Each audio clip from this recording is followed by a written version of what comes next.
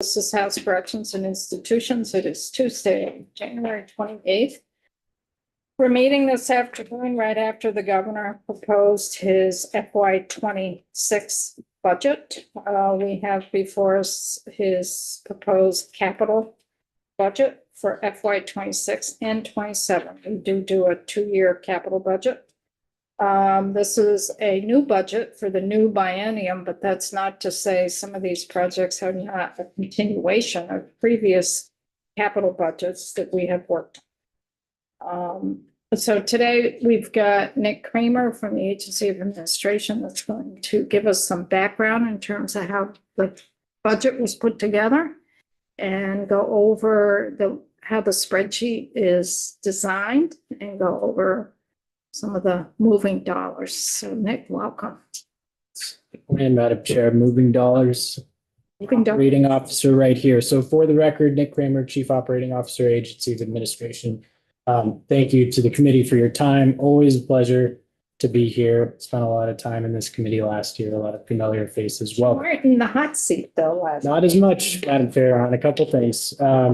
So all the more pleasure to be with you today. I will start, I think, per the chair's request with kind of a high level summary of the capital bill process. I understand this committee has been active. There are certainly veteran members on here who will not be a stranger to how everything comes together. But I think to start, it's important to have a really solid grasp of how the capital bill is funded, which historically has been through the issuance of general obligation bonds. There's a sort of strong historical argument there that if you're investing in a tangible capital asset that's going to benefit future generations, it's only fair for those future generations to pay some share of that, right? So these are appropriate costs to go at the bond for. And that's true as a member of, somewhat the younger side of a generation. I think there's plenty of stuff younger generations will be paying for. We don't have to saddle them with everything. But that intergenerational argument, I think, is strong. We in Vermont have funded the capital bill that way for the last 20, 30 years. I'll look to Madam Chair for her tenure on that. Moving forward, and of course, the amount of debt that we go out to bond for, which drives capital spending, follows the recommendations of the Capital Debt Affordability Advisory Committee, or CDAC, which I believe this committee has already gotten a primer on. And that's a third-party technical advisory group, consists of the Treasurer's Office, representatives from the Agency of Administration, some public appointees, and their job is in a very nonpartisan way to get together and look from an analytical lens only. How much debt can the state afford? What can we take on? Without, and then that's the question, without what? Their primary focus is maintaining our credit rating as established by the three major credit rating agencies. That's important for a variety of factors. The cost of borrowing goes down the higher your credit rating is. If you start to slip in your credit rating, which we did in 2019, Vermont was downgraded. It was we had a AAA rating for many, many years, citing workforce and demographic issues and our significant pension liabilities. The 2 out of the 3 rating agencies downgraded us at that point. And that impacts the cost of borrowing. So CDAC gets together every year. They look at a variety of metrics, debt per capita, debt as a percentage of our total appropriations, and benchmark us against our peer states to determine how much basically we can bond for the capital bill. That recommendation peaked at around 2000, I think it was FY13, FY14, maybe 14, 15. About 10 years ago, the biennial recommendation from CDAC was about $160 million. Compare that to this year, we're sitting in front of a capital bill that has $100 million authorization for 2 years. That in inflation adjusted terms is almost half of where we were. So we have been on a declining trajectory with our recommendations. That's for good reason, as our demographic issues are something we're working strongly on. There continue to be a challenge for the state, and our pension liabilities is another area where we've made a lot of progress, but we have, on the orders of 4.7 billions in terms of outstanding pension liabilities. So those major drivers of our rating position really continue to be in force. And as we look ahead to the capital bill and sort of the debt capital bill matrix, it's pretty unlikely we're going to be returning to times higher bonding authorizations moving forward. We're kind of on this trajectory. We need to stay the course or maintain at least sort of level authorizations. The CDAC recommendations reflect that. I think the administration shares that belief, the treasurer's office. We're all kind of committed to this path. So this, of course, coincides with historic inflation, rising capital bill costs. I mean, nothing new to anybody in this committee, but if you have declining authorizations and skyrocketing costs, something has to give, right? And so a major component of our proposal for the last several years has been an alternative funding source for the capital bill, or the cash fund for capital investments, which was proposed jointly by the administration and the treasurer at the time, State Treasurer Pierce, a couple of years ago. And the concept behind the cash fund is fairly simple. It's at a high level, if we continue on this course of declining or stable bond authorizations, our debt service payments, which are around $70 to $80 million a year in the FY26 budget, I think it's $81 million in the general fund. That's a non-discretionary cost to our general fund budget. We have to pay our debt obligations. As those continue to decline, if we benchmark a certain percentage of the overall general fund budget, which historically has been between 4% and 6%. So we chose 4%. We say we're going to commit 4% of our general fund budget to our capital bill. That's what we've always done. We'll keep it at that level. We'll lock in at 4%. Any savings that we have from declining authorizations over time, declining debt issuance over time, let's reinvest those directly in our capital bill as cash funding for capital projects upfront that won't bear any interest. I think it's important to highlight that at this point in time, and this varies a lot through the year, if we go out to bond for $1, it can cost us at current market rates up to $1.50 over the life of a 20-year bond. So it's an expensive proposition, this bonding business. So I don't want to, we've got a lot to cover, and I know this committee's time is precious. I think we really, as an administration, can't understate the importance we feel of this commitment to a diversified portfolio in terms of the funding for the capital bill. You will see reflected in this proposal, and I'll direct members to maybe flip over your spreadsheets to the very back. So it's fine up, it's the final page that at the bottom should end with a line 188 that says balanced deficit. And just these last couple sections, I think, give a pretty good overview of of where we stand from a revenue construct. So if you look at section 18, general obligation bonding capacity, CDAC's recommendation for this biennium was $100 million over the course of 2 years. So for the committee, we're on lines 172. Starting at, This is brand new for a lot of folks here. So lines 172. And I think too, if you go for the columns, let's explain a little bit what the columns are sure. first. So column A gives the titles of each section. And as I think the chair highlighted earlier, the bill is broken down by agency, by entity, really.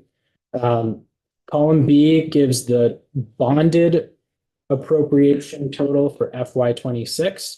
So the amount of either an appropriation, or in the case of the sections we're looking at, these are revenues that we are looking at specific to bonding in FY26. The red column are cash fund appropriations, or cash fund sources, as the case may be in this end section. And then FY27 are the bonded appropriations in FY27. Because the cash fund is funded by this annual statutory mechanism, we're not proposing any FY27 cash fund projects. You can expect those next year when we come back to do the capital BAA, the Capital Adjustment Act. Column E gives the total of all the bonded appropriations, and I apologize, there's a header that got cut off. It's supposed to say sort of bonded underneath that. But so column E gives the sums of columns B and D, and then column F is the sum total, including cash fund appropriations.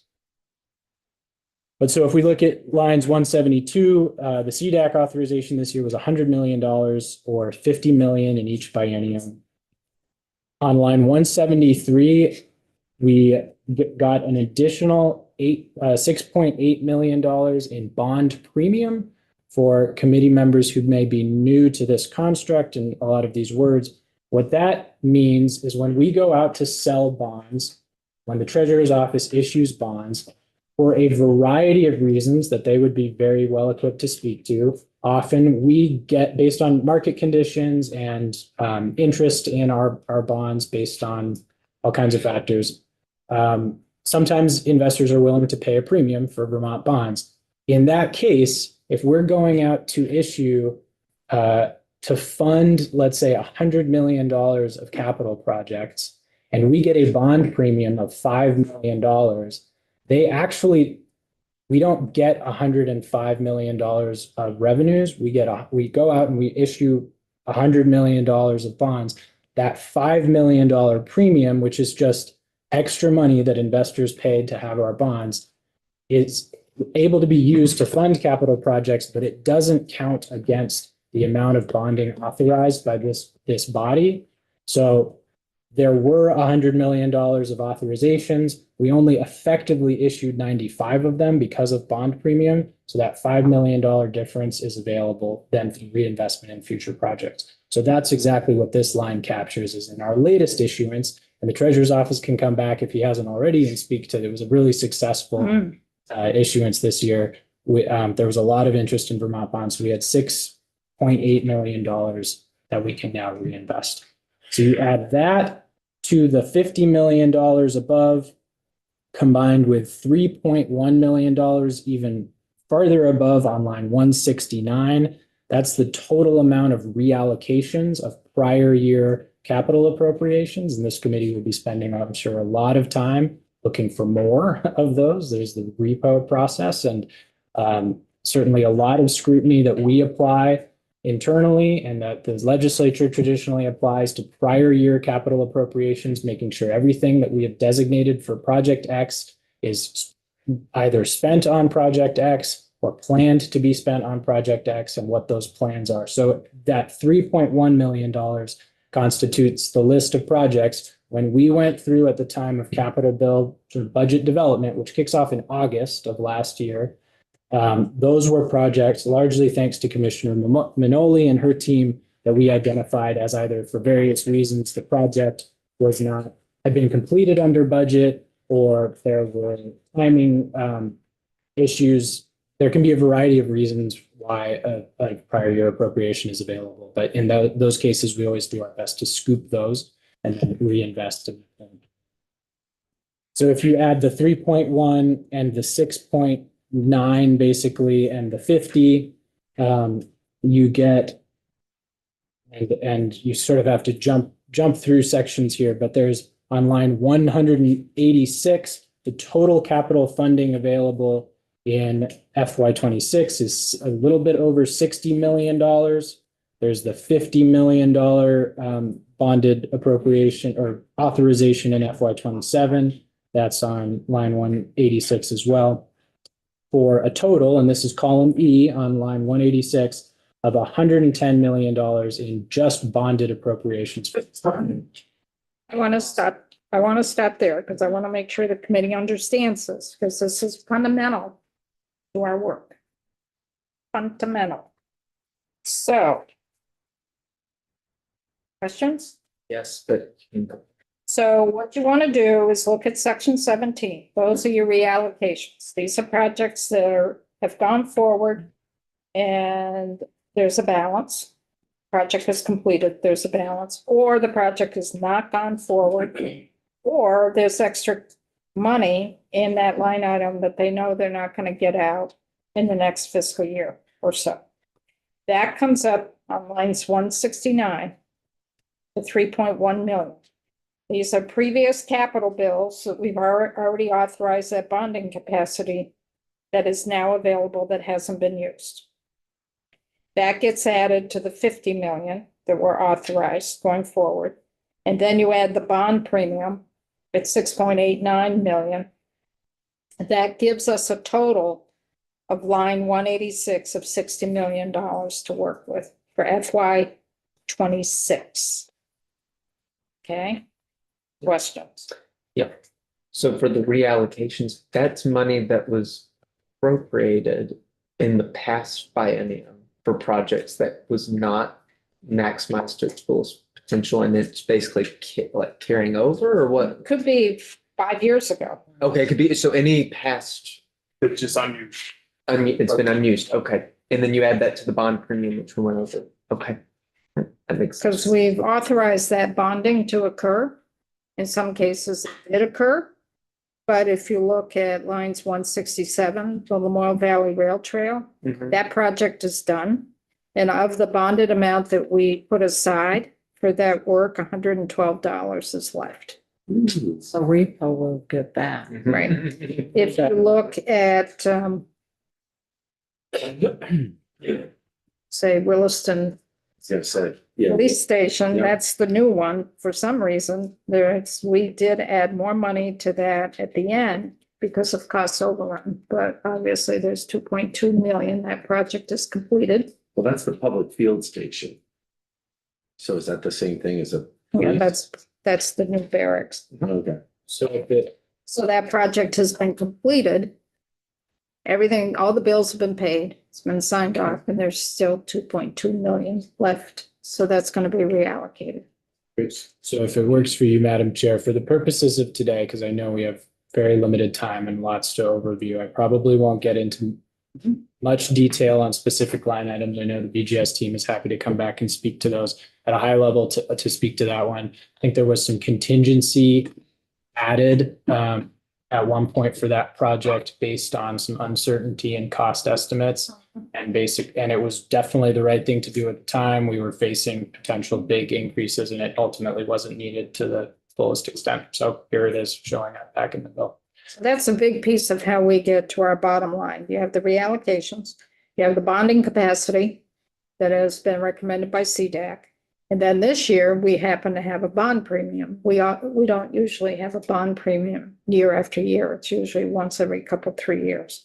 So we end up with almost $60 million for our budget. For FY 26, FY 27, we're still looking at the 50 million for that. So if it works for you, Madam Chair, I'll just to finish out the revenue section, unless anybody has any other questions on the capital, the bonded dollar side of things.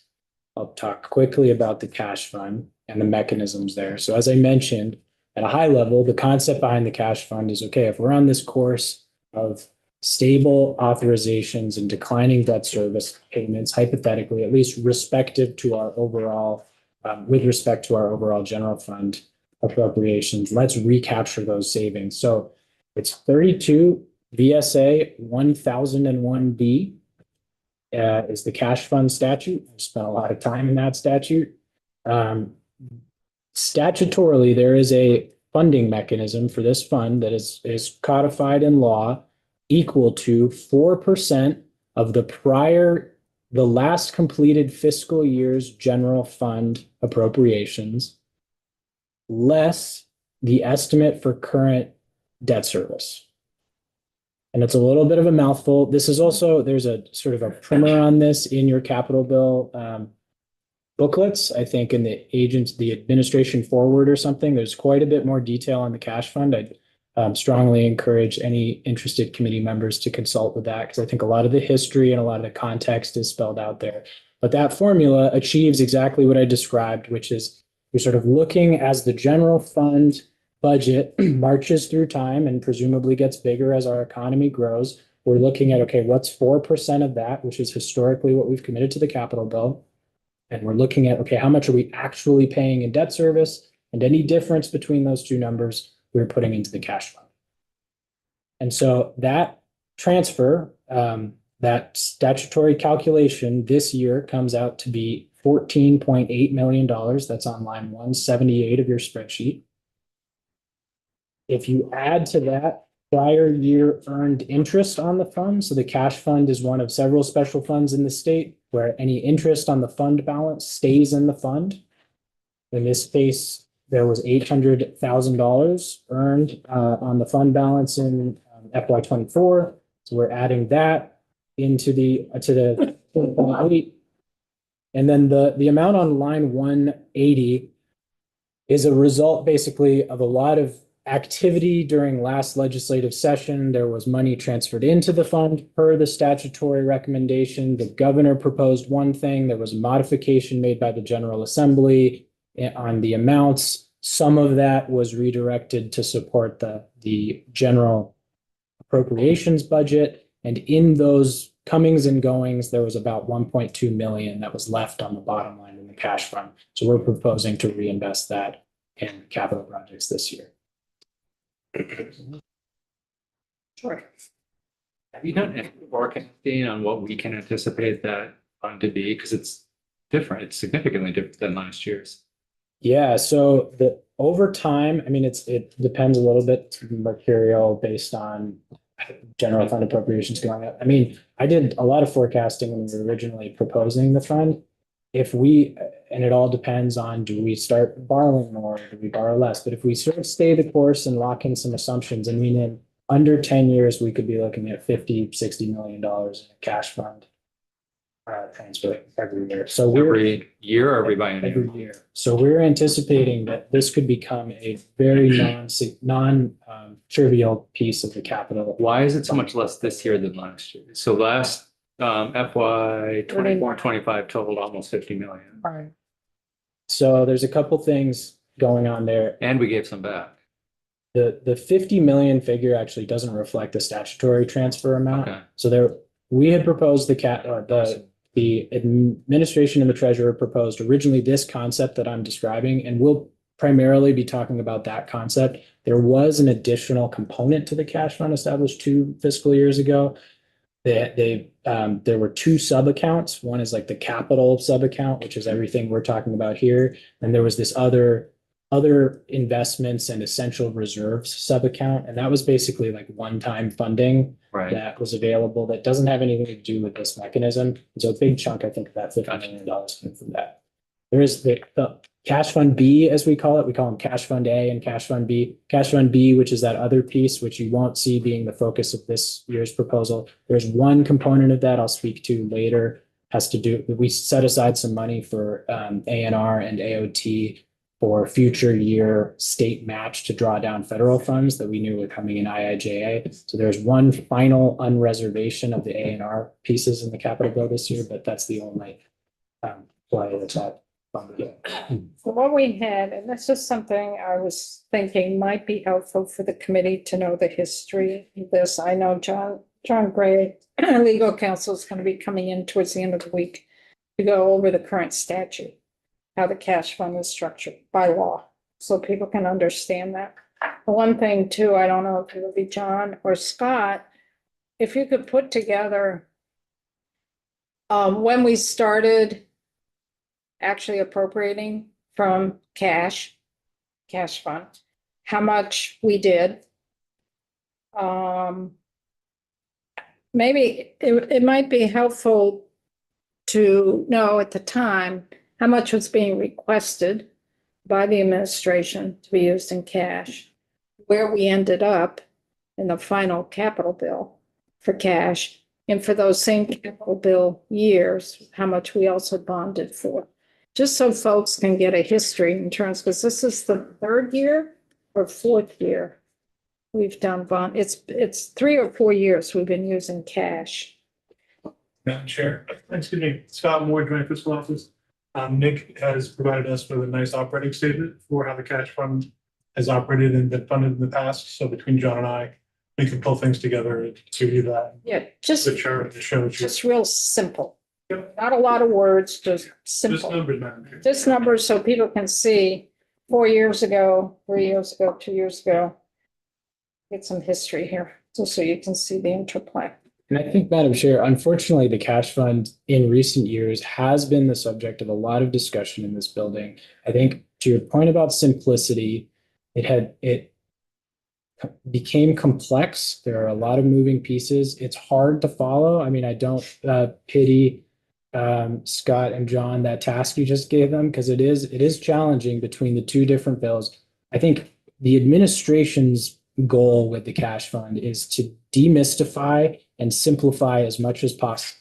I mean, there's the unavoidable mouth salad of the statutory transfer, but that's really it, right? This 4% minus debt service. And we think that should be in the capital bill every year. It's the statutory description, it's for capital projects. We believe those should therefore fall in the capital bill, be fall under the jurisdiction of this committee and your Senate counterparts. The transfer will always have to occur in the big bill. That's true because it's a general fund transfer. But as far as the appropriations and where they live, the administration feels very strongly those should be in the capital bill. That will likely continue to be a recommendation. We don't appropriate. We went through this last year because that was the same proposal that the administration put out last year. Capital bill does not appropriate. It allocates.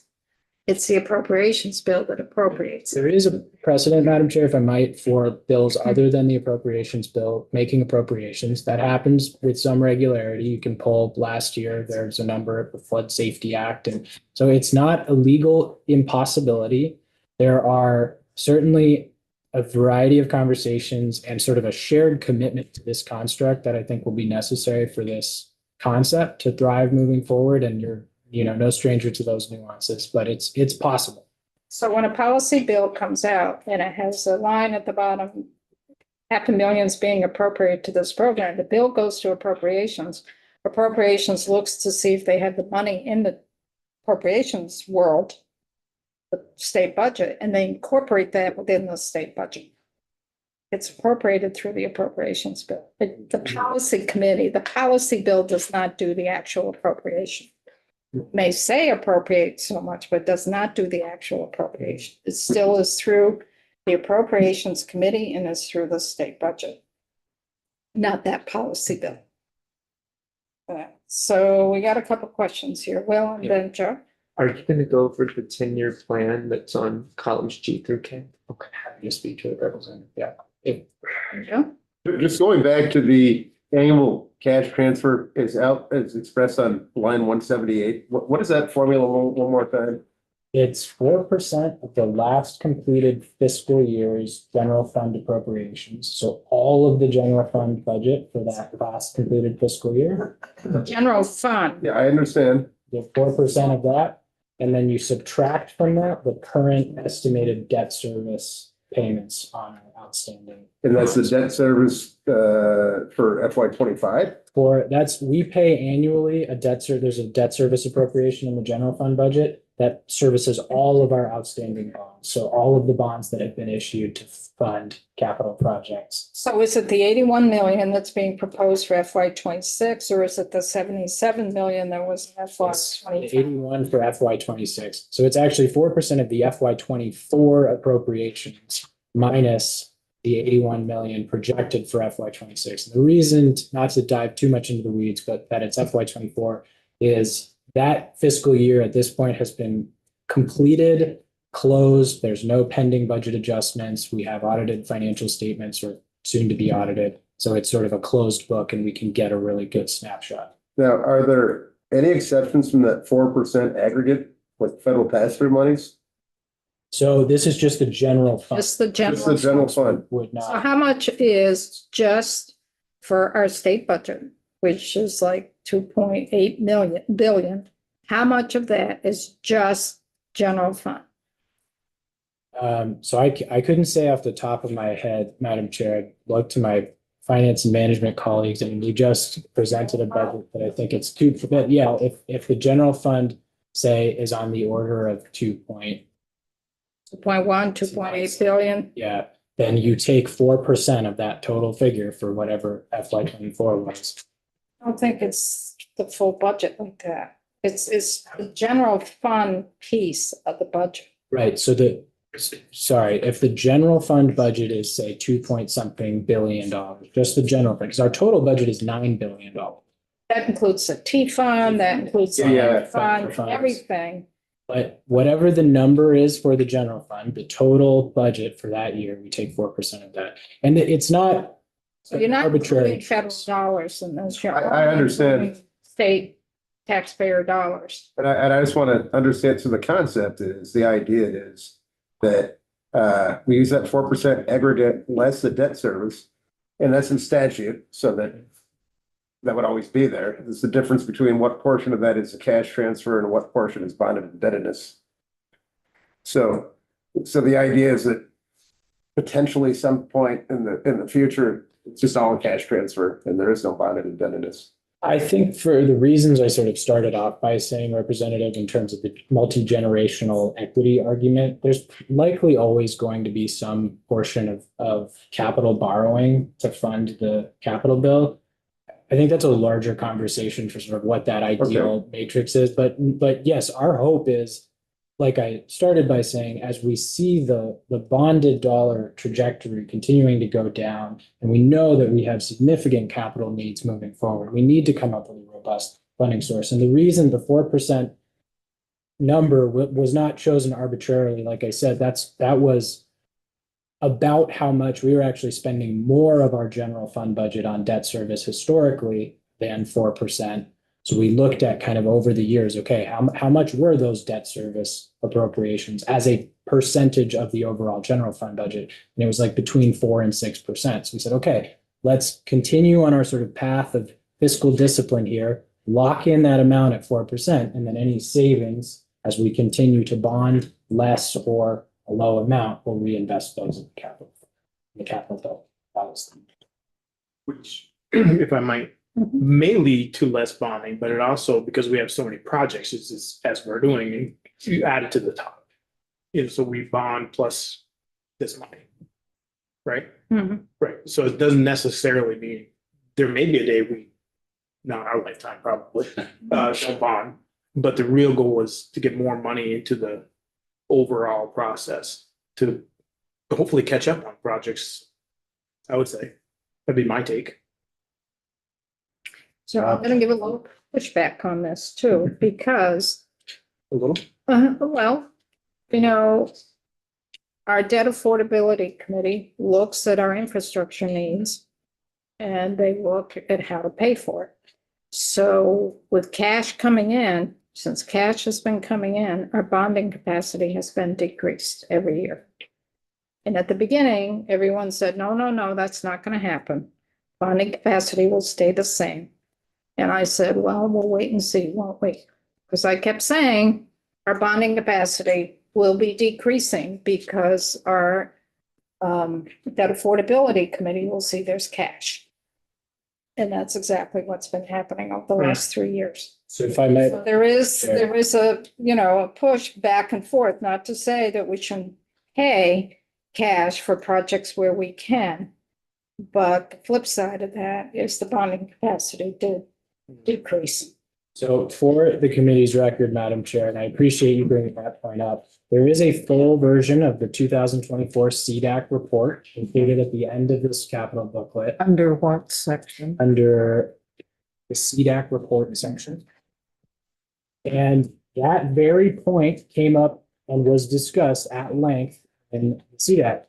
They're not doing- It's not only, to the Chair's point, is there a question about should the cash fund impact the authorization? And in fact, in their statutory charge, they are charged not to factor in the annual transfer of the cash fund. We said that, Right. we put that. And so, and I can confirm, as somebody who participated in all of those committee meetings this year, that topic of conversation came up. And in fact, the recommendation, the $100,000 that was presented this year by the committee was not based on available cash. It was based primarily on the considerations I laid out before, namely the sort of continued commitment to fiscal discipline in light of our credit rating headwinds.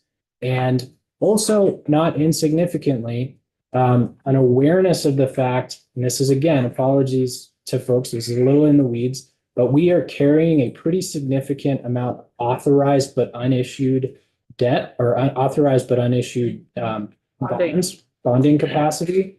And what that basically means is those are capital bills that have passed for projects, and we haven't gone out yet and issued those bonds.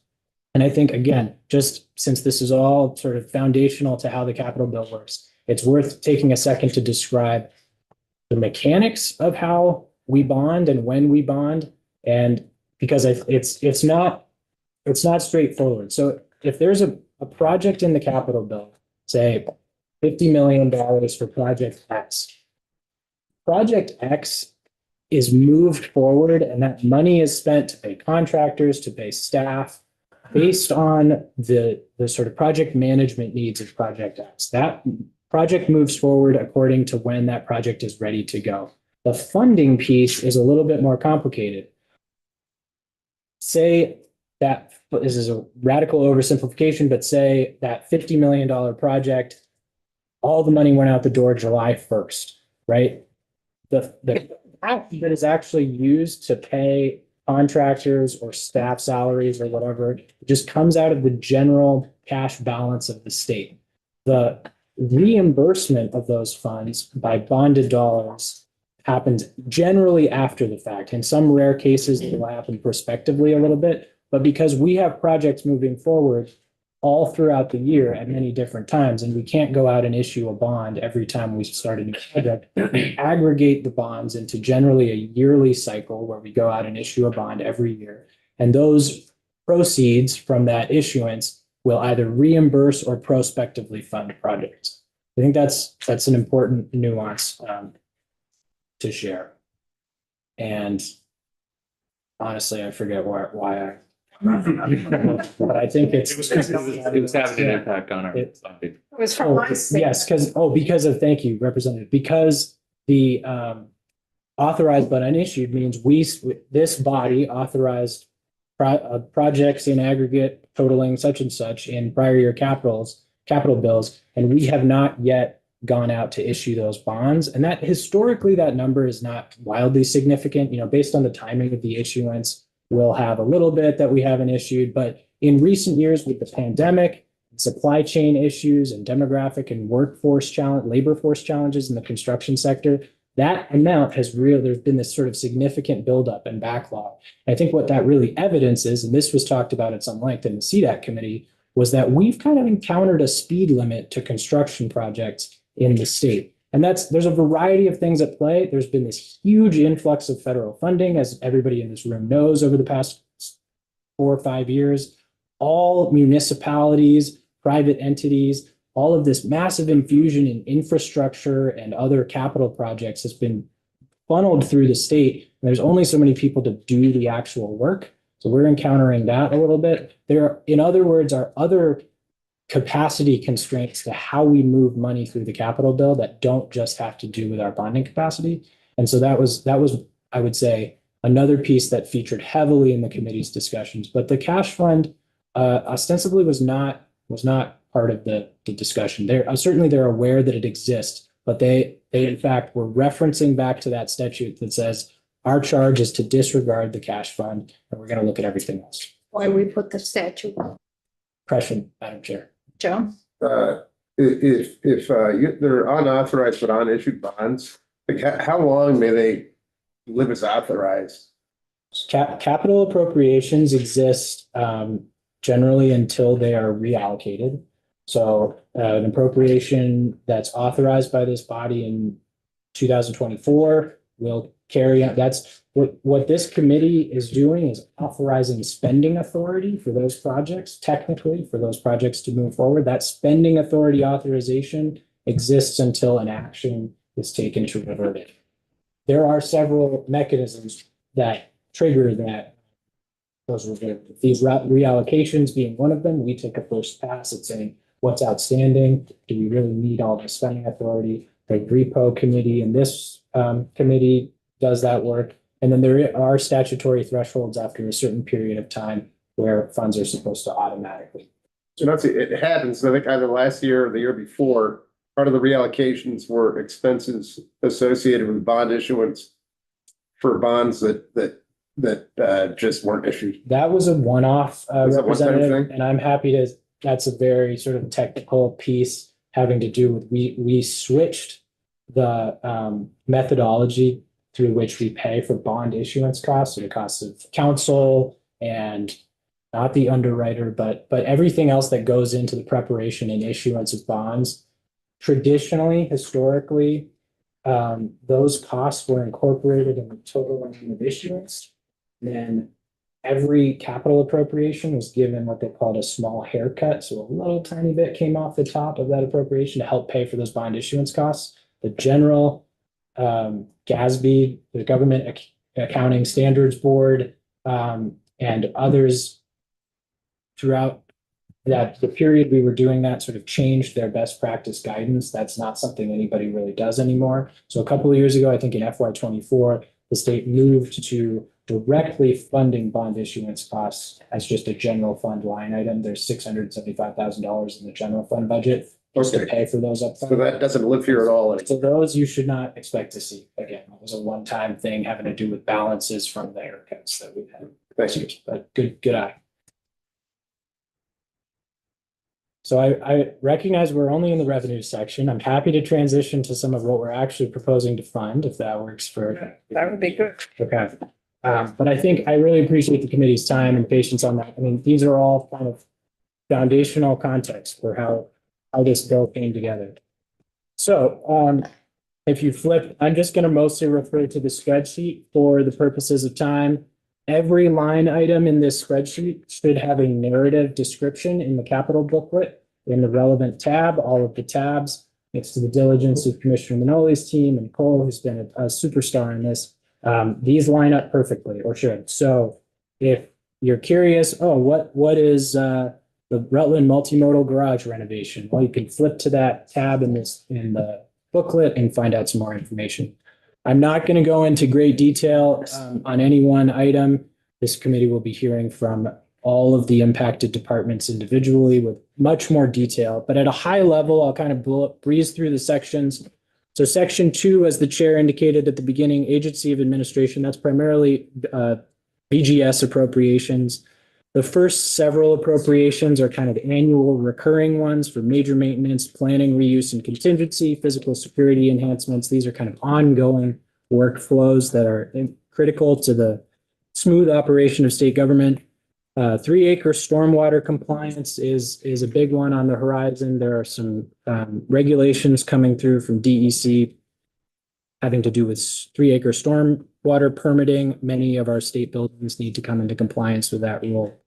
Art in State Buildings is a statutorily codified program.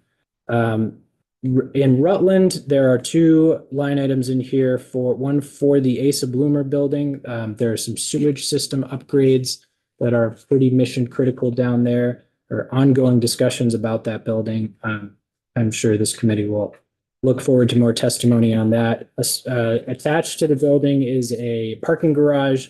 There are some structural and sort of life safety investments that need to be made in that parking garage. Pittsford Academy, that's the police and fire safety and sort of law enforcement training academy in Pittsford. They had a request to extend and cover with a roof the part of their firing range. Their firing is currently exposed to the elements, and there's some life safety issues there.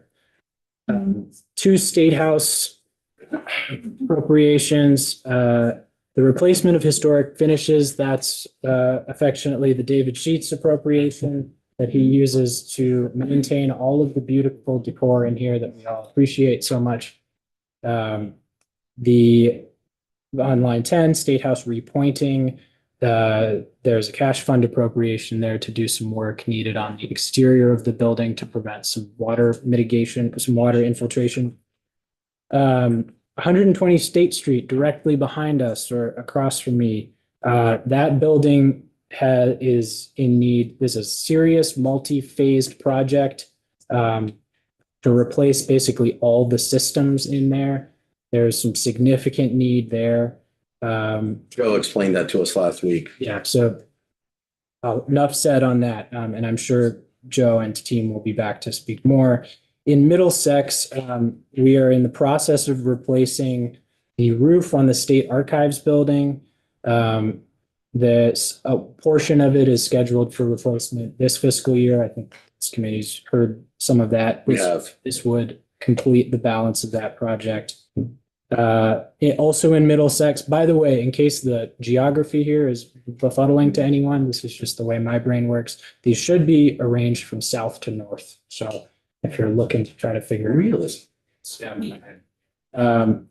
So Middlesex print and postal uninterruptible power supply upgrade. I figure because the south always gets short shrift, right? So Yes, we do. Let's go the other way, right? I don't know. I don't see anything in Franklin County here. So Stopped at Burlington. that's You'll get used to it. representative. So the print and postal shop over there, they have a variety of pretty sensitive equipment that costs a lot of money, and it's very susceptible to power failures. So there's a real need there for a constant power source. That's what this would fund. Waterbury State Office Complex, following Irene, we did not, and folks from BGS can come in and correct me if I'm wrong on any of this, but my understanding is that we left a good chunk of the slate roofs in place after some of the major remediation there. Those roofs have sort of are approaching the end of their life, and those will need replacement. 32 Cherry Street, there's a parking garage there that we've made some investments into in the past, and this is kind of the last tranche of funding to get that project finished. You'll notice the committee members, Representative Greer, I think, has left, but he was asked, they're asking about the 10-year plan. So columns B through F show the recommendation for the current biennium. Columns G through K show a snapshot of our projected needs. And I'm emphasizing a snapshot because these are always subject to change. As anybody who works in the capital sector knows, these numbers change a lot, but this gives kind of a flavor of what's coming down the pike. So when there were projects for which there was no current year recommendation, but we were anticipating a significant need in the out years, we included those.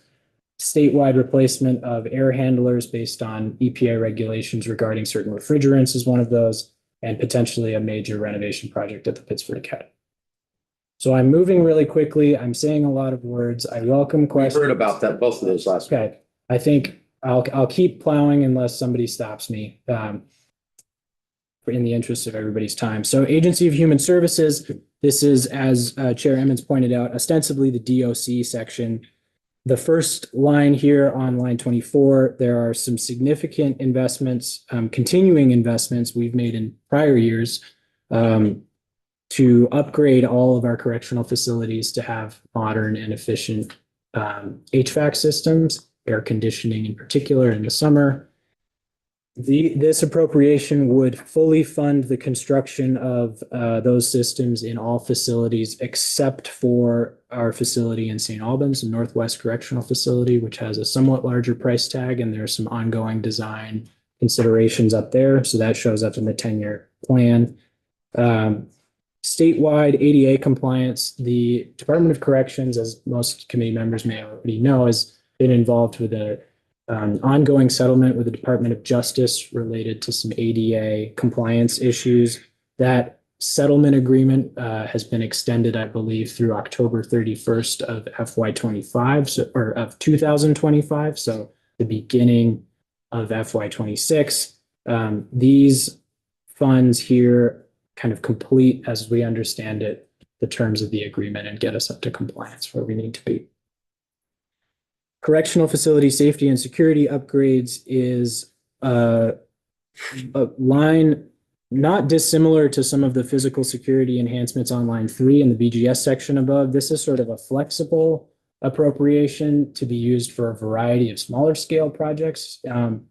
Within DEC, these are really important, critical upgrades to comply with PREA codes, the Prison Rape Elimination Act, kind of non-discretionary type upgrades that we need to keep making. Along a similar vein, there are appropriations in here for door control system replacements, both in Marble Valley, which is just getting started in this capital bill, and up in St. Johnsbury to finish out what has been an ongoing investment there. These are sort of complete system overhauls that are pretty critical for security and operations there. Northwest State Correctional Facility roof replacement has been an ongoing project. This appropriation would finish out that project. Newport Northern State sprinkler system upgrades, same thing. I believe this is an appropriation we've made some investments in the past, and these are just cost true ups to finish. So I'll pause there before getting to the 10-year plan. So we'll work on this a little bit more. Tomorrow morning, we've got time scheduled for half an hour that I want to work with the committee in terms of how to really read the spreadsheet and give some prep in terms of what questions would need to be asked when we start taking testimony on each individual line item. You have to understand a lot of the background and the flow of money. So when we get to markup, we'll be moving money around. And you have to remember what was testified. And there's certain questions that need to be asked. So we'll go over that tomorrow. Continuing down the sheet in the 10-year plan, I think this is one of the sort of points of note of this capital bill. This will not be a strange item, I believe, to most members of this committee. This capital bill does not include any new appropriations for the Women's Correctional Facility. That has been an ongoing endeavor and a priority of the legislature and the administration jointly. We clearly need a new facility. There is a lot of detail and a lot to discuss on this appropriation, of which I will only barely skim the surface today. I expect you'll hear much more from DOC representatives and Commissioner Manoli's team. In short, I think the points to highlight here, we have appropriated communally, this body has appropriated $16 million already towards this project. The bulk of that has been unspent, so that's part of that authorized but unissued amount. We feel that that amount is adequate to carry the process through the current biennium. Negotiations are ongoing in terms of a site selection, and this is a massive, probably the biggest project this capital bill will see in the next couple of years. And this has been a slow process. I mean, sort of necessarily so. There's a lot of moving pieces here. Based on the sort of timing, we felt like and the prior year appropriations, we didn't recommend any more funding in the current biennium. Should the project radically accelerate in the next couple months, there's certainly a capital bill adjustment to revisit, but this seemed like the appropriate course. Hand in hand with that, though, and I understand that, right? And I certainly understand what's going on with site selection and everything. There's no money mentioned for current use at the current, use or upgrades or temporary fixes at the current facility. So I believe Representative Laporte, and I would stand to be corrected, but I think a portion of some of the HVAC money may help serve the current facility. And I think there are in some of the more general appropriations, certainly that's correctional facility safety and security upgrades. I don't know if there are Nothing funds, but sort of aside from, I guess, HVAC, which we have to do, nothing that's going to improve conditions for the women who are languishing there and the workers who are languishing there. I think that other than those improvements we just mentioned, potentially, I think there's always a balance in terms of how much money we are putting into a facility if we think that we're not going to be operating. We're going to be spending a lot of time talking. But certainly appreciate the points. And I mean, We may be in a different position and know more in a couple months than we do right now. likely so, Madam Chair. We hope, Yeah, one way or the other. always the case. Sean? Yeah, so I know I'm sorry if this sounds dopey, but so you're saying that there is of that 16 million that hasn't been spent, Where do we see that in here? You don't. The last It's- 24, it's 25. The previous, that's Okay, why. so we that's spent not time. part, you don't see that. That's why it's all zeroed out. Right. This committee will be presented with a list of prior year capital appropriations, and that's part of this Okay. appropriation process. Commissioner? So, thank you, Madam Chair, for the record, Wanda Manoli, Commissioner. I believe the presentation that Joe Aja provided you last week had that. I think that was in there. That's correct. So that was a review of all of our projects that we, that funds have been appropriated for, or that we have underway. So that exact document, sir. So it is reflected there. Thank you, Commissioner. Yeah. Welcome. Thank And you. some of these projects go back to FY. I think the years here, 2014. 22 was, 23. Way back to that as well, which we don't have. and that's frankly another issue, Madam Chair, that we're cognizant of when making this decision was we don't want, there is a limit to how long capital funds can sit there authorized but unissued. And so we have to be thinking strategically. I mean, how many times in this committee do the words cash flow and project capacity come up? And so we're really just trying to think strategically on those. So this is a point in time in January, at the very beginning, of the new biennium, the very beginning. But we've been here, this is our fourth week of this legislative session. Come end of February, come March, come April, a lot of this information that we have now will change. So it's a very fluid document.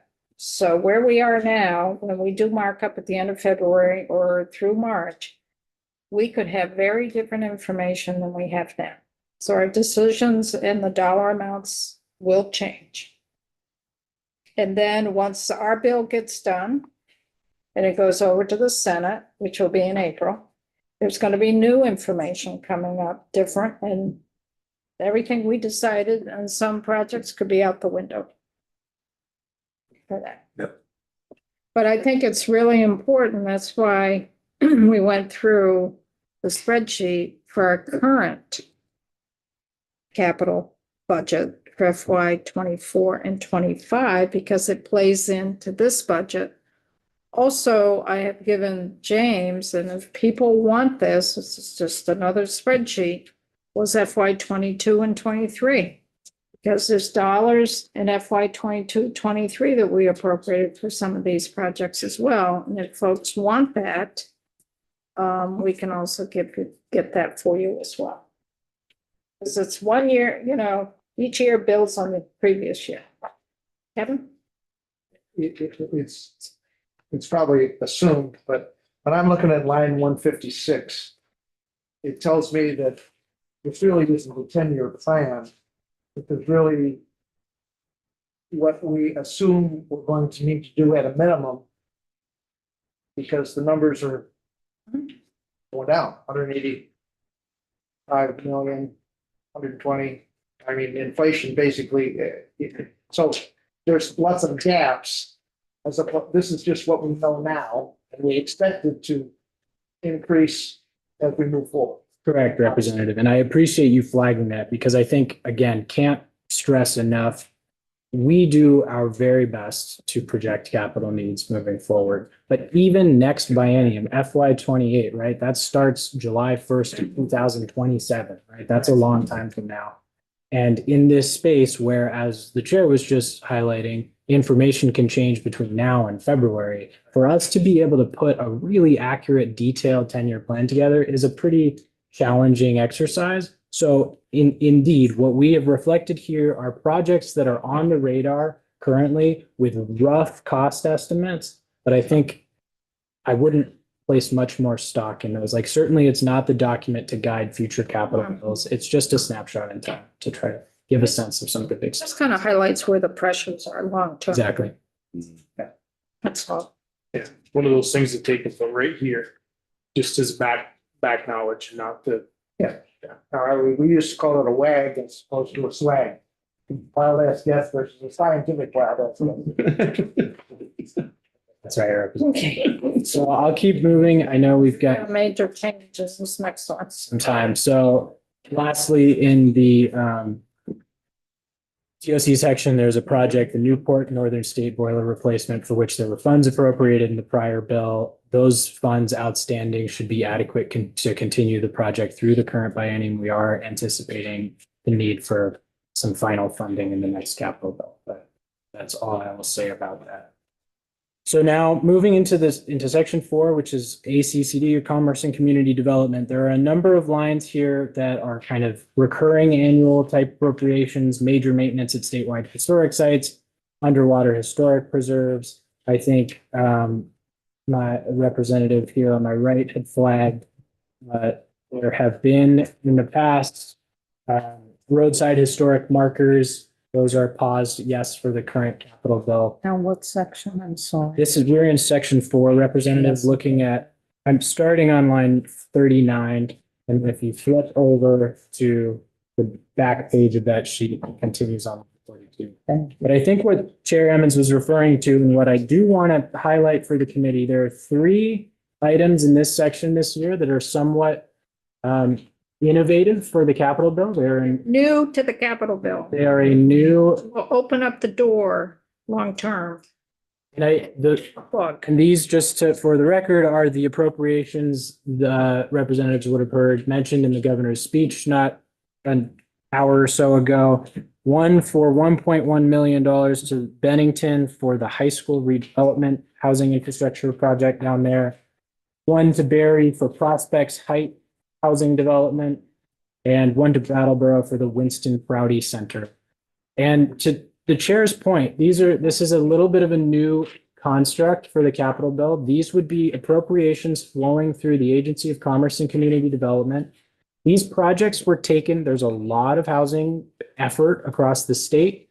I think, as the chair is likely to point out, why these 3 projects, right? So to answer that question, ACCD works closely with a variety of partners, public, nonprofit, and federal partners, looking at the constellation of housing efforts across the state. And they keep a running list of projects. And we spent a lot of time thinking closely with them about, well, what are some projects? Because everybody in this building says housing, housing, housing. We need to build housing. Right? This is a top priority for just about everybody. And yet we have all these housing challenges. So as we got through our capital bill exercise and we're looking for ways, how do we invest in infrastructure that really has the best bang for its buck, the maximum return on investment? These 3 projects rose to the top in terms of their readiness and the amount of non-state funding that has already been brought into the capital funding stack for these projects. So in the case of the Bennington High School redevelopment, I understand that's nearly a $40 million public-private federal partnership leveraging. Right, Representative. So a massive undertaking and huge effort. This is a project, by the way, for anybody who's not familiar, that envisions, I think, 30 housing units and a mixed kind of commercial space and the childcare center that would create 103 new slots for childcare and new jobs in the community. So a really massive economic development and revitalization project. All of these projects had an identified gap that a little bit of state funding, specifically for infrastructure components, could help get them across the finish line and make these housing projects reality. So you're seeing them in the capital fund. To the chair's point, I expect there will be ongoing discussion about these. I certainly encourage this committee to hear from the Agency of Commerce and Community Development about why we feel these are top priorities. I know they were housing has been a real focus of the governor's, and this really felt like a way to move the needle in a couple of critical communities. Did I hear you say these will help kind of bring these to closure and finish? That's my understanding. So for the committee, these are not state-owned buildings. And this, they're worthy projects. There's no slam to any community. This will open up the door for other projects, for housing. This will open up the door for other entities that may have, well, this is really, really important to Vermont economy, whatever it may be. Could it be tourism? Could be agriculture, could be education. We just need some money to close the deal. That's what this opens up. So I appreciate that, Madam Chair. And I would say, I mean, I would highlight that there are appropriations in the current capital bill and in prior year capital bills that fund things other than state buildings, right? There's been money appropriated for the Lake Champlain Fishing Derby, for Yes. instance. Not Some for us, years, right? discuss it all. But even more so, some of the section, we'll get there in a second, in section 5, some of these building community grants, I mean, these go to private. We took care recipients. of that because we had a lot of pork that was coming in here from individual members and individual communities. And we wanted to stop picking and choosing depending who was in power and who was sitting around these chairs. That's why it was done. So it was non-political, and there were a lot smaller items. I'm not beating up on these specifically. I want to be very clear about that. This is going to open up the capital.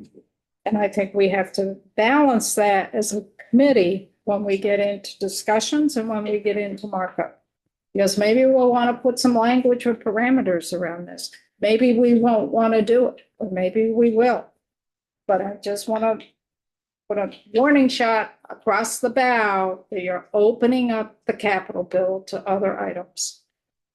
I think you stole my thunder for section 9. So it's, Just say ditto. I think the perspective is appreciated, Madam Chair. As always, have a lot of respect for the difficult work ahead of this committee and all the stakeholders you will be hearing from. So we'll look forward to following your work on Section 5, I think, as we just touched on, this is beginning on lines 51 through 58. These are somewhat stable annual appropriations for a variety of grant programs. I'm not going to spend much time dealing with any of them in detail.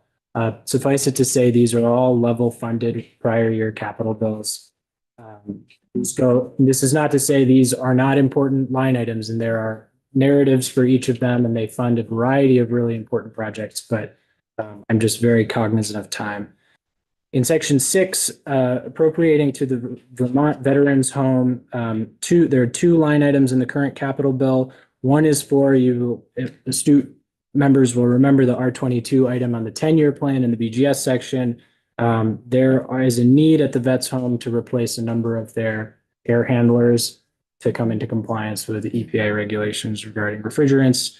There is also a line here for upgrades to their laundry facilities. As you can imagine, operating an institution of the caliber of the Vets Home, it's pretty important to maintain top of the line laundry facilities and capacity. They have some issues with the current stock that necessitate some upgrades. So I'm sure they would be happy to come in and speak more to that. There are 3 items on the 10-year plan for the Vets Home, again, just to give a flavor, as Representative Winter pointed out, of things that could be coming down the pike. I won't deal in detail with those right now. The next 2 sections I'll take together, although they're certainly not the same entity, but speaking of capital appropriations to outside non-state entities, the capital bill has traditionally has historically included some amount of money for UVM and for the Vermont State Colleges system. As we continue on our trajectory of smaller and smaller capital bills, and hopefully that's offset to some degree by the cash fund, we have to weigh holistically all of our capacity, and we've got the things like the Women's Correctional Facility, really big things coming down the pike. These represent the amount of money that we of course, the administration feels strongly we continue to work in partnership with these critical institutions. In the case of UVM, 1.6 million in each of the fiscal years for 3.2 total over the biennium would be additional capital capacity for ongoing maintenance costs. UVM is as folks know, a pretty significant entity from a financial perspective. Their bond portfolio is almost on par with the states in terms of how much they have outgoing. So I joked, well, someday maybe we could ask them for money if we switch, but There's went an over like a idea. load of bricks. And just if I might, for new members, just to remember, like, today is not like a values, like, conversation. We're gonna get into the details, whether we agree or disagree. This is a presentation of what the governor has proposed. So Oh, I agree. I'll bloviate. future hearings. And we, the administration felt strongly it's important to continue funding these critical partners with the state colleges. There's also a similar kind of general renovations and major maintenance line. And then we did include some additional funding for a specific project at the Johnson campus. Their central heat plant there is nearing the end of its serviceable life. There would be some pretty catastrophic implications were that to fail. There are a number of moving pieces at that campus that we felt this was a worthy investment. I'm certainly happy to have the capacity to be able to help out on that front. But I think representatives from either UVM or the state colleges would be happy to come in and speak to these. A&R, there's a couple things of note here. I mean, for committee members who were here last year, this section will look largely familiar. I mean, the types of projects that we're funding here are fairly typical. On both line 85, the match for the EPA, the DWSRF stands for Drinking Water State Revolving Fund. And then also in the Clean Water section below on Clean Water State Revolving Fund on line 97. There was no FY26 appropriation recommended, and that's largely because A&R has adequate prior year capital appropriations to cover needed match. That's the result of federal awards coming in less than anticipated when we built the last budget. So there's less federal money coming in, you need less match, right? So we had some left over, and it turns out it's enough to cover our current year cost on those two line items. But you'll see in FY27, we're returning to funding. You can only say ditto. No. Okay. Right? No, I'm good. Dam safety and hydrology projects. I think it suffice to say we've all experienced firsthand the importance of our dams in recent years. The state portfolio of dams is extensive. Many of them need repairs. Committee members will notice there's some significant projected needs here on the 10-year plan. This is sort of the current pipeline of projects. Their FPR has two line items. One is for sort of general park infrastructure and rehabilitation projects and some 3-acre stormwater compliance. There are a number of parks owned facilities that will need to come in compliance with that rule, recommending 6 million total in the biennium for that. Public lands infrastructure are more kind of like auxiliary capital investments that are either not directly associated with the park system or help facilitate access for end users. And I think Parks FPR could come in and speak at much greater length to those. Fish and Wildlife has a major maintenance line that encompasses a variety of projects. I'm sure they'd be happy to speak to and provide a breakdown, but everything from our conservation camps to our wildlife management area access points and our fishing access and all the other goods, fish hatcheries, everything else that Fish and Wildlife does, that's important. Section 10, clean water. These recommendations, and this is spelled out in the booklet, are in line with the recommendations of the Clean Water Board, which is its own entity. If this committee has not, I hope at some point you'll hear from A&R or folks from the Clean Water Board to kind of flesh out that process. It's a little bit of a unique instrument in the state. It was set up in 2015 following the passage of a Vermont Clean Water Act. There's a designated amount of funding that goes to help meet the state's clean water goals every year. This board, which is comprised of a lot of administration representatives and some public members, gets together every year to draft recommendations for those investments. They have their own public budgeting process. They create a budget recommendation, which is submitted to the governor and then ultimately informs, of course, the governor's recommend and the budget passed out of this body. So every year for the last several years, there has been an appropriation in the capital bill for clean water projects that are eligible for capital funding. That's been at $10 million. That's consistent again this year. The breakdown of those projects is given in section 10.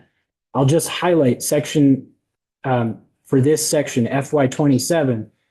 Members will notice that there's just a $10 million sort of placeholder appropriation on line 104 for FY27. That's because the Clean Water Board meets annually to craft their recommendations, so they don't have FY27 recommendations at this point. during the capital budget adjustment process in the next legislative session, we'll be coming back with a proposed breakdown for that 10 million based on those recommendations. Military, the military has a couple, they kind of have their major maintenance item. They have a variety of projects across the portfolio. No, I'm just noting, I love the letter R, but there's an extra R on line 113, Southern Regional. Just thought I would point that out. I 13. got two of them in my name, so. Oh, Southern, yeah, depending on what part. Thank you, Representative. Yep, one of them, sure, Markup. any tweaks. First change this committee can make. There we go. There you go. Appreciate it. So they have an annual capital appropriation to match what is often really significant federal funding. They're able to draw down from their master cooperative agreements. That's reflected in 109.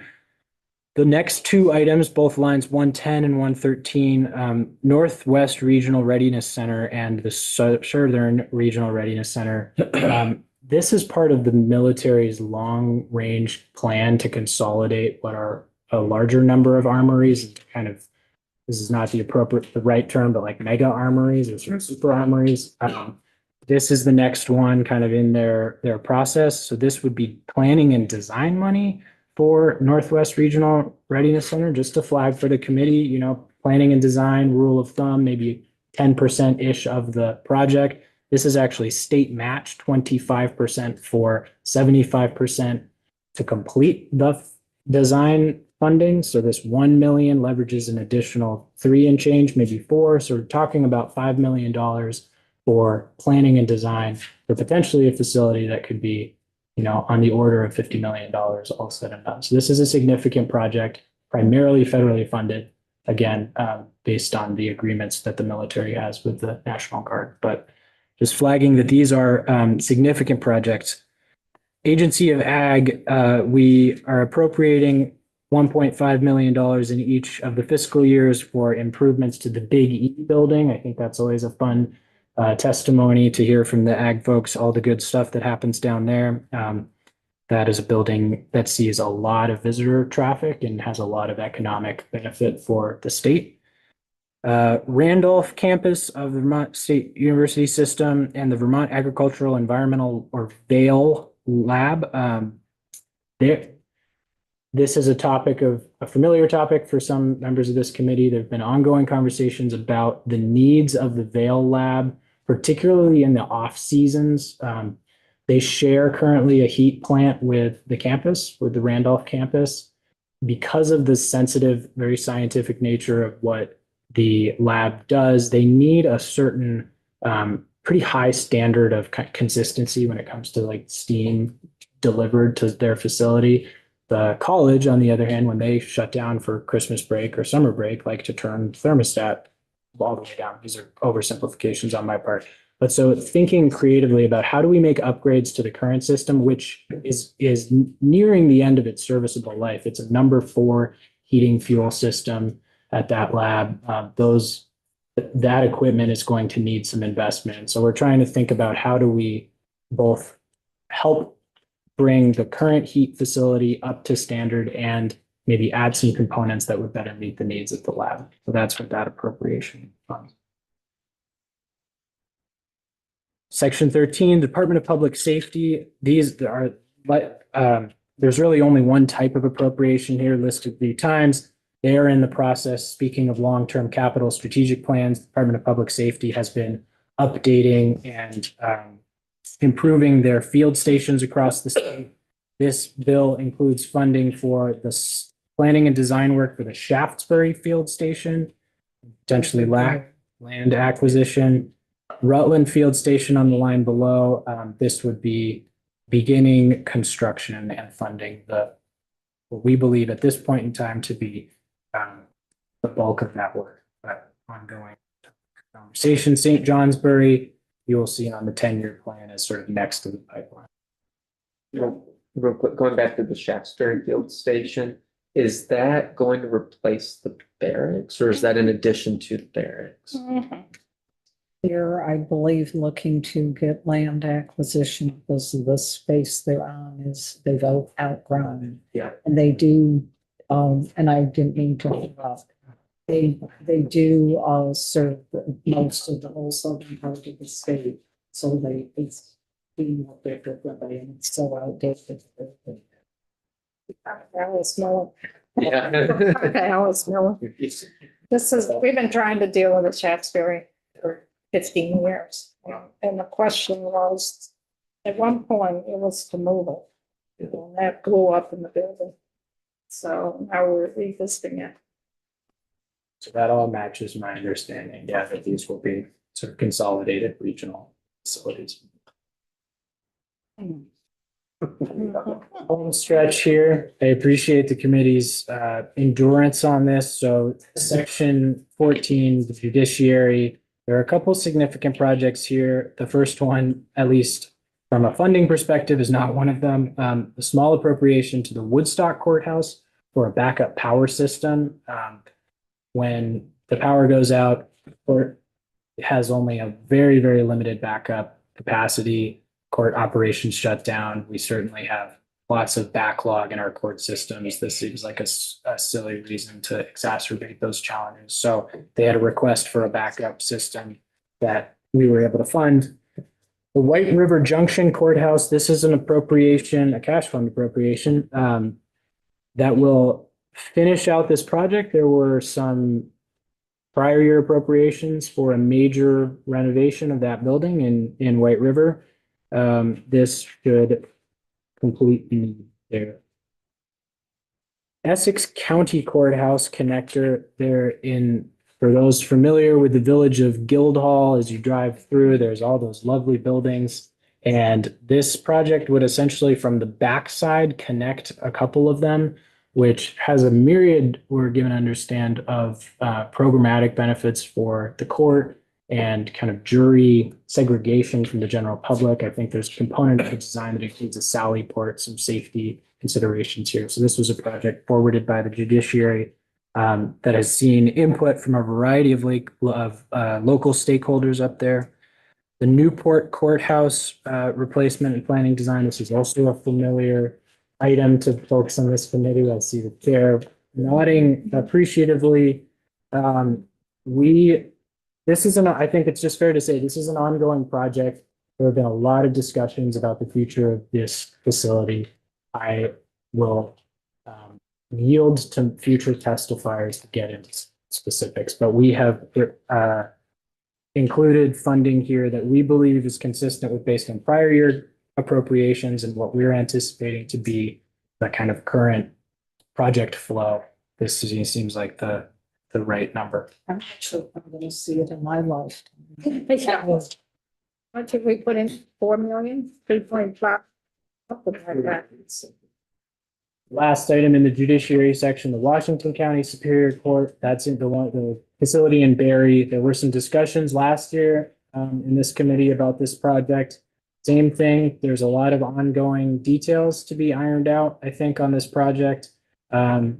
There are some prior year appropriations to kind of keep things moving, and it was just not a priority for the current biennium, given everything else that we have going on. On line 144 in section 15, there's the dry hydrant program. This provides grant funds through DPS for local either professional or volunteer fire departments to install dry hydrants.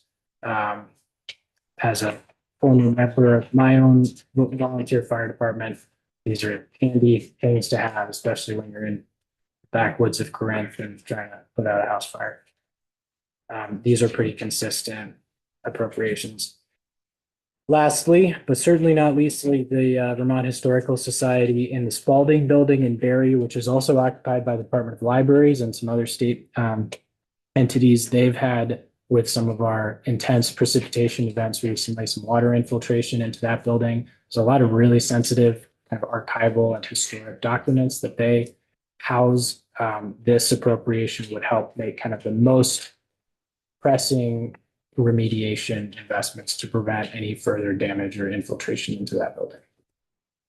And there's a placeholder potentially for the future to help them replace a climate control instrument that's also sort of critical for maintaining historic documents. And that's the end of the capital projects. We started with reallocations and the other sections, so I won't return in any depth to those. I know the afternoon is wearing on, but I really appreciate everybody's time, and I'm certainly happy to answer any questions, anything you've discussed, and collectively, the team will be excited to come back and get into more detail. We get these in digital format as well. They should be posted. If not, as we speak, they should be on the finance and website. Questions from the committee? Sure. Scott, can you resend the 24-25 spreadsheet to digital as well? Thanks.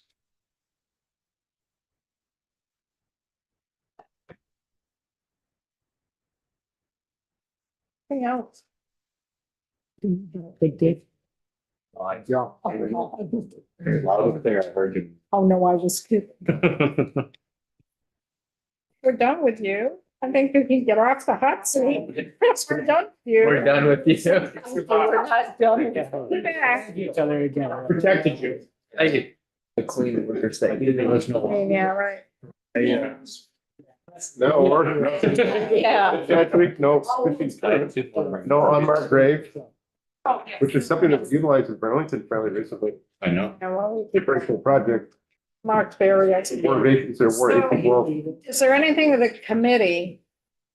Do you have any questions about a high level, process, what we do next?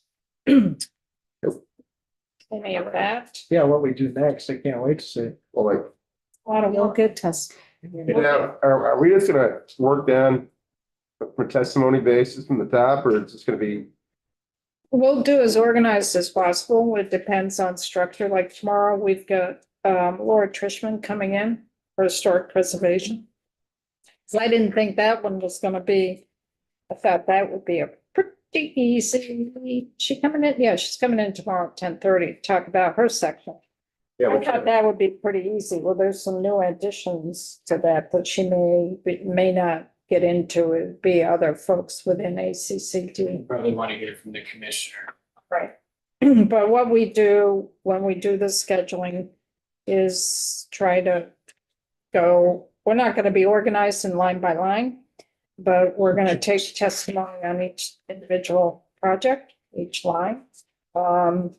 Later on during the week, we're gonna have BGS come in and start going down with their projects. Some projects are gonna take a lot more testimony than other projects. Some line items we'll get into quite a bit in depth, and then others are pretty self-explanatory, and we don't spend as much time on it. I presume something that triggers a federal match that's. I believe there's not that much discussion required. Well, you gotta figure out what it's for, because you gotta make sure that the language that's in our capital bill, the legislative language, is very clear in directing the department or the agency or the entity. Those dollars have to be spent specifically what we lay out in law. Yeah. Session law. So John is here, our legal counsel. And if we say this money's for planning and design, they can only use it for planning and design. They can't go out and build a building someplace else. So we have to be very specific what these dollars are for. The spreadsheet has some specificity to it and some not. But when you do the bill, the actual bill, John is the one that will work with us on the language to make sure that we're very clear where these dollars are going. Sorry about it. I should have stressed, we did provide a draft capital bill in the booklet, so there is a working draft. And John needs to put that into our documents for that, and that's a starting point. But for some of these, we may put parameters around what those dollars can be used for. Or how the structure, like those three for the Bennington, Brattleboro, and Barry, that's brand new. We may want to be very specific on what those dollars are used for. And that all comes down to language that we would put in our bill and language that would be on the spreadsheet. We're very specific. where those dollars go. So somebody just doesn't get the money and then do something else for them. For that. So we will be taking testimony on all of this. We'll also be working with Appropriations Committee. Because we are saying that for the appropriations, from Appropriations Committee, sure I'm on the right line, for cash, we got 14.8 million of their budget here, plus a little bit more. We basically 16.9 million. So we have to work with Appropriations Committee because they may find they don't have the capacity for us to have that money. Or they may find that they do. Well, the testimony we received is that that allocation is statutory. No, that's not. Doesn't matter. It's not. If I might, Madam Notwithstanding. Chair, so there's the current language, the proposal from the administration is a Notwithstanding. codified transfer. It has always been a codified transfer. There was language added by this body a couple of years ago, 2 little words into statute that say up to a 4% transfer mechanism, so allowing for transfers less than that. I didn't highlight today, you'll see that's part of our capital bill recommend is to remove that up to a codified. I think that's going anywhere, man. We'll be back with the same recommendation next year, man. And we'll say the same thing, because you can't lock it. I mean, Appropriations Committee, they've got to do their work on the budget. Sure. So we end up negotiating with them Yeah. what is, and that's on the House side. When it goes to the Senate, it can change, So, yes. all change. Madam Chair and committee members, section 1, there's a tab that is administrative forward. It's a document that Nick actually put together that gives you a brief overview of that cash fund and the statute, which was really beneficial to me because that was new as well, just to address. It tells you which statute, where we are, and the direction. And if I can just look, it is the administration's forward. Ah. Thank you very much. for You're welcome. So we're gonna have John go through the statute, cash fund. Of course, he'll explain it. And we can take a recommendation from what the administration proposes, doesn't mean we do it. It's a proposal. That's all it is, it's a proposal. So the executive branch proposes a budget. They propose language. It's the legislative branch that makes the final determination in terms of how much is appropriated and the language, and then it's up to the governor at the end for the governor's signature to become law. So that's the process. So right now, all of the budgeting right now is in the legislative arena, right now. Presented as budget. And now it's our turn as a legislative branch to do the work for that. And we'll be working closely with the probes. One way or the other. For that, because our budgets are intertwined. That. Thoughts, questions? I was just gonna say in simple terms for new people, you're going to hear a lot of information from a lot of different people. This is your starting point. We've done our foundation history. Now you get your starting point for this year. Everything could change by a lot. You won't be left behind. Like, I mean, if you miss a day, you might be left behind. You can watch it on Zoom, but we're not skipping something and like sneaking something in. Like everything is done in a specific way. As the chair said, try to lump testimony together in like categories, but it won't necessarily go down the list. But I always feel like asking questions, but like just trust the process, I would suppose. That if we're dealing with I don't know, I can't even read it. I don't put my glasses on. If we're dealing in one section, don't worry about asking about something other section. You're gonna get to that. You will get to that other section after. So like just you got the whole picture. Now we're gonna start whittling in on the small stuff and then pieces. And then you'll build back up to the big picture at the end. And that's what I'll go over with you tomorrow at 9 o'clock. We're gonna go over, and I would ask Troy and Mary and Gina to help in this in terms of really thinking what questions should be asked of folks that come and testify. Because just because they're telling you something, you don't need to believe it, and you don't need to take it hook, line, and sinker. You gotta ask questions. So you gotta draw the information out from folks. And, we'll go over terms of like cash flow. We'll go over how much previous appropriation have you got? What are you anticipating this going out the door in this fiscal year? There's some real questions that need to be asked, and you have to write down the answers, because we have to go back to that in a month or 6 weeks when we start doing markup, because markup is, well, they've asked what markup is. Let's go to like the Asa Bloomer building. Well, they've had a lot of appropriations in the past. How does this new request of 1.5 play into that? Are you gonna get that? What is it gonna buy? Because it just says system upgrades. So what part of that system upgrade? Is it planning? Is it design? Is it construction? What is it? That's what the testimony needs to draw out. And then when we go to markup, 1.5, well, do they really need that 1.5? Because they said they're not gonna get it all out in FY 26. So maybe we bump some of that to FY 27. Additionally, so part of the conversation, I presume maybe, yeah, we see some merit to line item 20. But, line item 28 appears to be underfunded, so we're gonna reallocate X from A to B. You can cut one to feed the other. Discuss. It's not a reallocation. It's moving the money We're around. gonna make a different recommendation than what the current As recommendation long as Yeah. we stay in the parameters of the. of the bottom line. And some new projects will come to light too, that aren't here. Probably. Like Chester Arthur.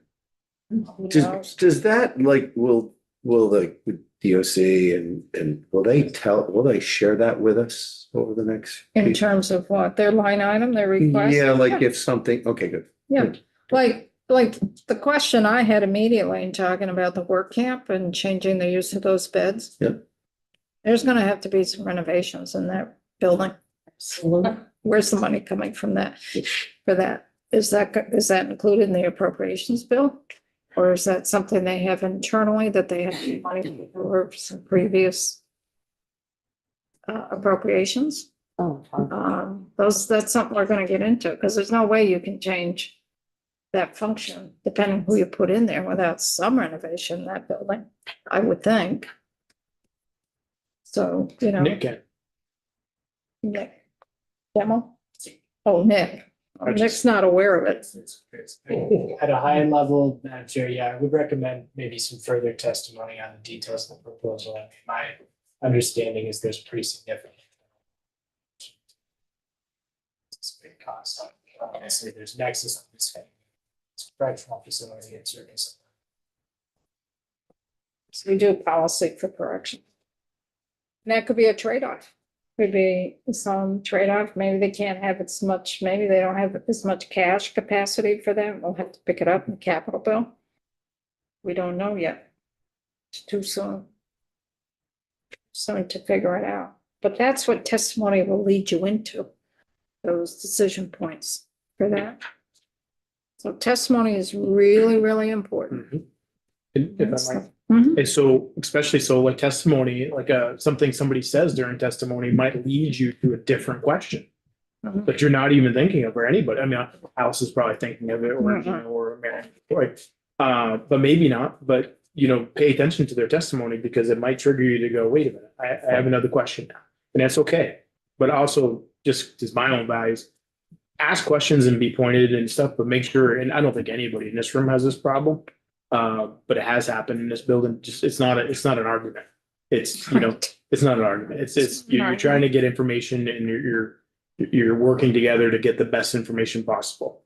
I don't see any problem here, but it has happened in this building a couple times. So just keep that in mind. It's, May not agree with the testimony that's occurring.